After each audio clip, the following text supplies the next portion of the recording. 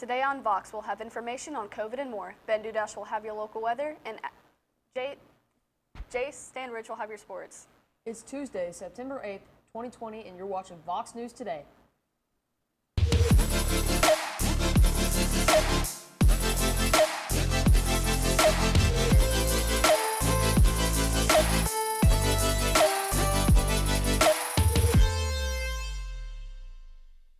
Good afternoon and welcome back. I'm Kendra Taylor. And I'm Gunnar Taylor. Knoxville police officers responded to a felony vandalism call just before 1 in the morning. East Tennessee's Children's Hospital called in after Austin Ramsey, age 22, destroyed some hospital property. After destroying a heart machine, a telephone, and other things hanging up on the wall, he was taken in and admitted that he did it, but he wasn't sure why. He racked up an average of $2,900 and has been taken into custody. Fair food is on the move here in Tennessee. The Tennessee Valley Fair will be hosting a fair food to-go event with free admission. They'll be selling funnel cakes, corn dogs, candy apples, and even more. The event dates will be as follows: September 11th, 4 to 8 p.m., September 12th, 11 a.m. to 8 p.m., September 18th, 4 to 8 p.m., and September 19th, 11 a.m. to 8 p.m. A 25-year-old homicide has finally been closed after an arrest in Tennessee. 50-year-old Robert Allen Mowry was arrested and charged on Friday with one count of malice murder from December of 1994. The victim was 54-year-old James Richard Harris. The Georgia Bureau of Investigation says they found new evidence at the original crime scene that led to Mowry's arrest. They're still looking into the investigation. Monday night, an arrest was made in Owensboro, Kentucky, involving a Tennessee man and a 15-year-old girl. 40-year-old Steve Hargrove has grabbed a 15-year-old girl after they've been meeting for quite some time. After so many meetings, he took her and drove to other men and then paid her with gifts and money and even dogs. He was arrested and charged with promoting human trafficking a victim under 18 years of age. Tyrazana, the oldest African elephant in North America, dies at age 56 at Memphis Zoo. Tyrazana died Friday after her health started to decline. She used to be in a circus before retiring and going to Memphis Zoo at age 12. Some of her favorite treats were watermelon, sycamore leaves, bananas, and occasionally jelly beans. And here is Ben Dudash with your weather. I'll have your weather and more right after this break.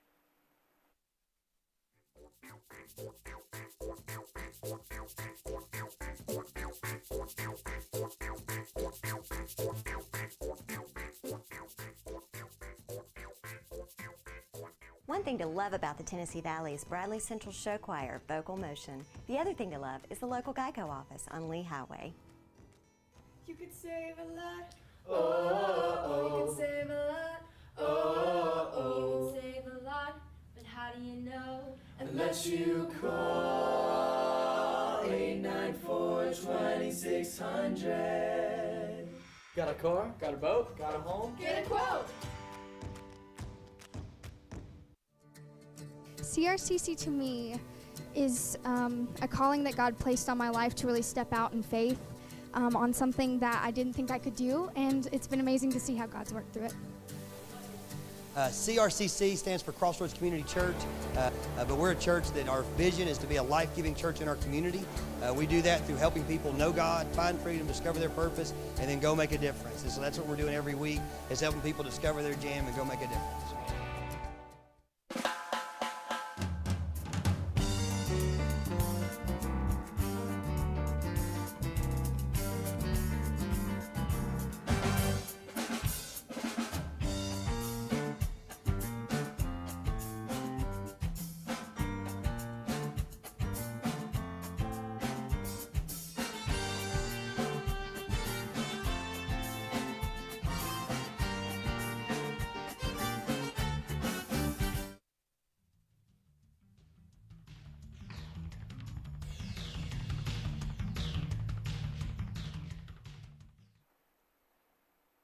Welcome back. I'm Ben Dudash with your weather. Now let's take a look at our weather at glance.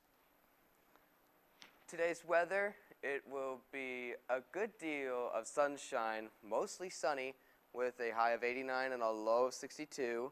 Wednesday, a high of 89 and a low of 68. Thursday, a high of 88 and a low of 69. Now let's take a look at our 7-day weather forecast. Tuesday, a good deal of sunshine with a high of 89 and a low of 62. Wednesday, another good, more good deal of sunshine with a high of 89 and a low of 68.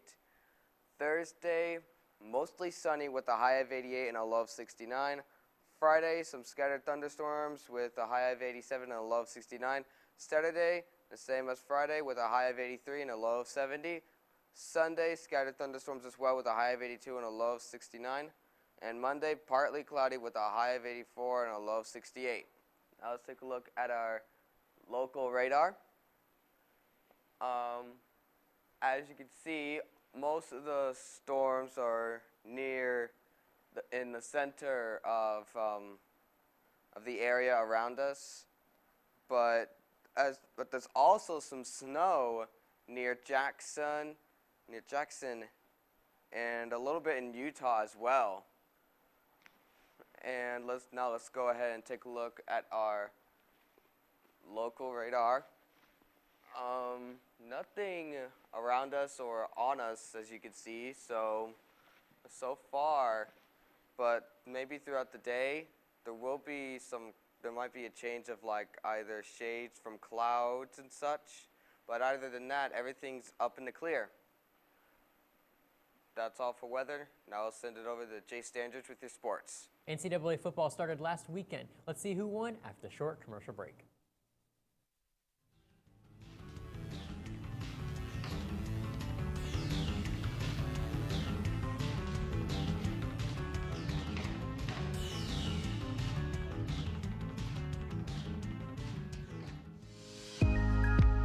In 1933, Ray Jackson founded Jackson Furniture in the midst of the Great Depression. We opened our doors the day the banks closed theirs. Since then, we have continued to create furniture right here in the USA. We have seen decades of American prosperity, challenge, war, and mind-blowing advancements in science and technology. We have never forgotten the way our company and country began, with perseverance, hope, and hard work. Throughout all of those decades of change, one thing remains consistent. Families love to relax together in a room filled with comfortable furniture. That is where we have been and will always be. From being huddled around a radio to being kicked back in front of a giant flat screen.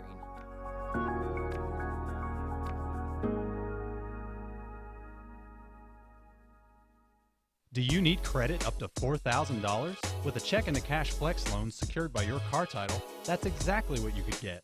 Apply for the cash you need today and keep your car. At Check into Cash, a flex loan offers you the funds you need to handle some of life's bigger emergencies. Get started on your flex loan by visiting checkintocash.com/TN. Apply in-store with your car title, receive quick approval, and borrow the funds you need. Your one-stop money shop. Check into cash.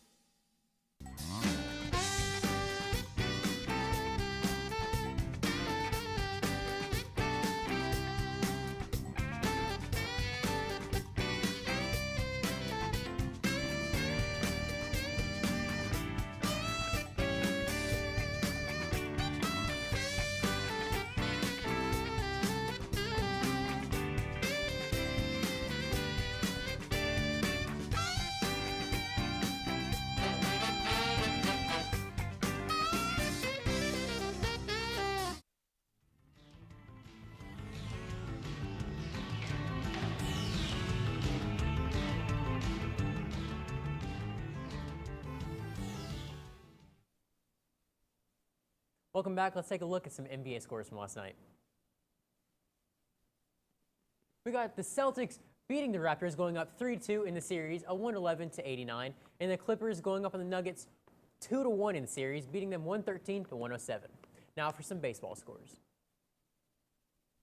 We got the Braves losing to the Marlins 5-4. The Phillies beat the Mets 9-8. The Tigers lost to the Twins 6-2, and the Cubs beat the Cardinals 5-1. The NFL season starts up this weekend, and these are all the teams that's playing. Also, Jadeveon Clowney signs with the Tennessee Titans for 1 year and $12 million. The NCAA football scores from last weekend. MTSU lost to Army 42-0. Arkansas State lost to Memphis 37-24. UTEP beat Stephen F. Austin 24-14, and BYU beat Navy 55-3.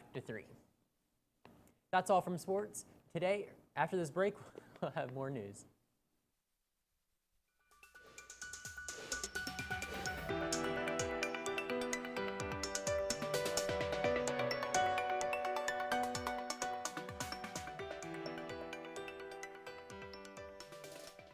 Denso has been around for a really, really long time, locally in our area, over 30 years, and it's a very stable company to work for.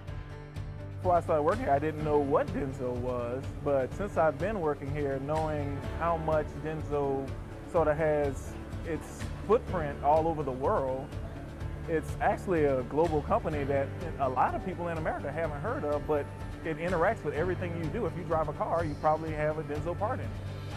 So some of my daily tasks consist of fixing the machines, communicating with my other associates, and making sure all these production lines are working properly.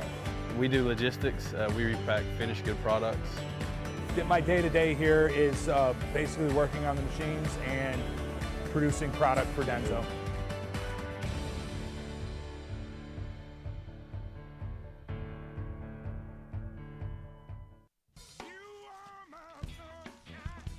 Alexa, ask Whirlpool. Hey Google, ask Whirlpool. Ask Whirlpool. Ask Whirlpool. Care can be a handful. That's why our Whirlpool Smart Range helps you care smarter with voice control. Hey Google, ask Whirlpool to turn off the oven. Set oven timer for 5 hours. Keep warm. Alexa, ask Whirlpool to preheat the oven to 350. So life doesn't revolve around your range. Everyday care. Whirlpool.